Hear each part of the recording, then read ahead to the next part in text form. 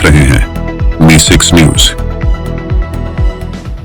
భద్రాద్రి కొత్తగూడెం జిల్లా టేకులపల్లి మండలం కోయగూడెం గ్రామ పంచాయతీలో ప్రభుత్వం ప్రతిష్టాత్మకంగా ప్రారంభించిన 4 సంక్షేమ పథకాలను ఇల్లందు ఎమ్మెల్యే కోరం కనకయ్య, జిల్లా కలెక్టర్ జితేష్ వి పాటిల్ ఘనంగా ప్రారంభించారు. ఈ సందర్భంగా ఎమ్మెల్యే కోరం కనకయ్య మాట్లాడుతూ కాంగ్రెస్ ప్రభుత్వం చేపట్టిన ఇందిరమ్మ ఆత్మీయ భరోసా, ఇందిరమ్మ ఇల్లు, రేషన్ కార్డులు, రైతు భరోసా వంటి సంక్షేమ పథకాలు అర్హులందరికీ అందుతాయి. ఎవరూ అధైర్యపడొద్దు. కాంగ్రెస్ ప్రభుత్వం ఇచ్చిన హామీలు నెరవేరుస్తుంటే కొంతమంది ఓర్వలేక గ్రామ సభలో అల్లరి సృష్టిస్తున్నారని, రానున్న స్థానిక సంస్థాగత ఎన్నికల్లో ప్రజలు బీఆర్ఎస్ కు బుద్ధి చెబుతారని అన్నారు. కోయగూడెం గ్రామంలో పైలట్ ప్రాజెక్టు కింద ఇందిరమ్మ ఇండ్లు, రేషన్ కార్డులు, ఆత్మీయ భరోసా, రైతు భరోసా అందించామని, ఇంకా పథకాలందరినీ అర్హులు ఉంటే వెంటనే దరఖాస్తు చేసుకోవాలని కోరారు.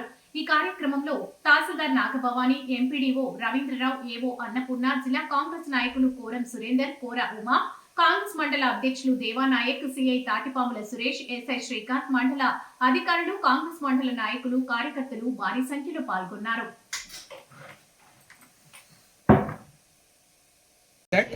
ఇంకా కొత్త విధానంగా ఎట్లా మనము వ్యవసాయంలో మంచిగా చేసి చూపించవచ్చు.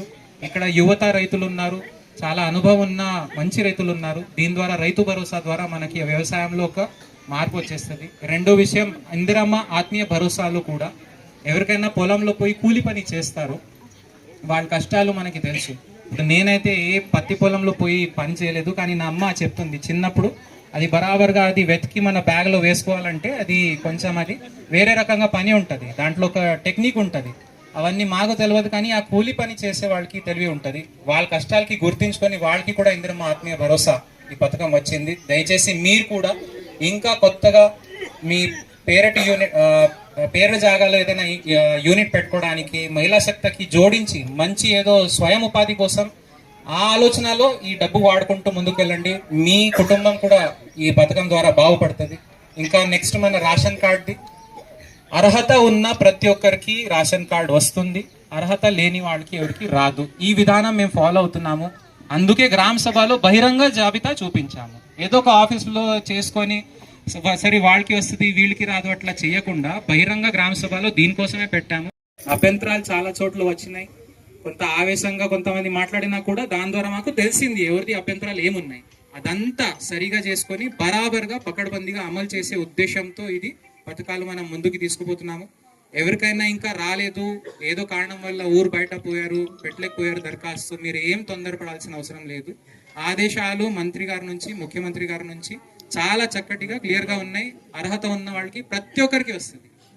చివరి మాట, మనకి ఇందిరమ్మ ఇండ్లు ఏదైతే ఉందో, ఒక ఊర్లో మంచి మట్టి గోడలు ఉన్న, రేకు షెడ్ ఉన్న, తర్వాత తాటాకులు కప్పుకొని ఉన్న ఒక 2 కుటుంబాలు ఉంటే వీళ్ళకి వచ్చిన వాళ్ళకి వచ్చిన ఒకరికి ఒకరు అది ఏదో ఒకటి అనుకొని గొడవలు పడే అవకాశాలు ఉంటాయి. నేను కోరేది ఏంటంటే ఒకే ఊర్లో అందరు ఉంటున్నారు. కొంతమంది చాలా పేదరికంలో బతుకుతున్నారు, కొంతమంది వాళ్ళు సొంత కష్టాలతో కొంత మంచిగా అయ్యారు. అందరికీ అర్హత ఉన్న వాళ్ళకి ఇందిరమ్మ ఇండ్లు ఖచ్చితంగా వస్తుందని మనకి స్పష్టంగా ఆదేశాలు ఉన్నాయి. సో దయచేసి ఎవరు కూడా మా పేరు రాలేదు అట్లాంటివి ఏదో ఇబ్బంది పడాల్సిన అవసరం లేదు. ఎవరికైనా అర్హత ఉందో మేము రాసుకుంటూ పోతున్నాము, ప్రతి ఒక్కరికి అది క్రమంగా వచ్చేస్తుంది. ఈ రోజు అయితే కోయాగూడెంలో ఉన్న అన్ని లబ్ధిదారులకి ఈ రోజే శాంక్షన్ లెటర్స్ వస్తున్నాయి. కాబట్టి ఈ ఊరు వాసులందరికీ చాలా చాలా శుభాకాంక్షలు. ఈ అవకాశం నాకు ఇచ్చినందుకు మీ అందరికీ ధన్యవాదాలు.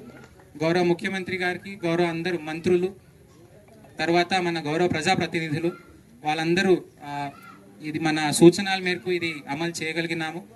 ఇంకా మీ ఊరు నుంచి ఇంకా వేరే ఊళ్ళకి కూడా ఇది స్ఫూర్తిదాయకంగా ఈ పథకాలు ఇంకా అందజేస్తూ మేము ఖచ్చితంగా మేము చేస్తాము. ఇది అమలు చేసే అదృష్టం మాకు వచ్చిందని నేను అనుకొని అందరికీ ధన్యవాదాలు చెప్తూ ముగిస్తున్నాను. Thank you.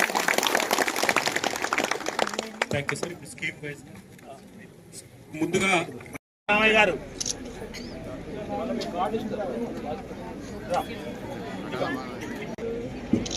జక్కుల నవీన్, తండ్రి పేరు నరసయ్య. నవీన్ గారు రండి. గంగారపు మహేష్, తండ్రి పేరు రామనరసయ్య. నరేష్.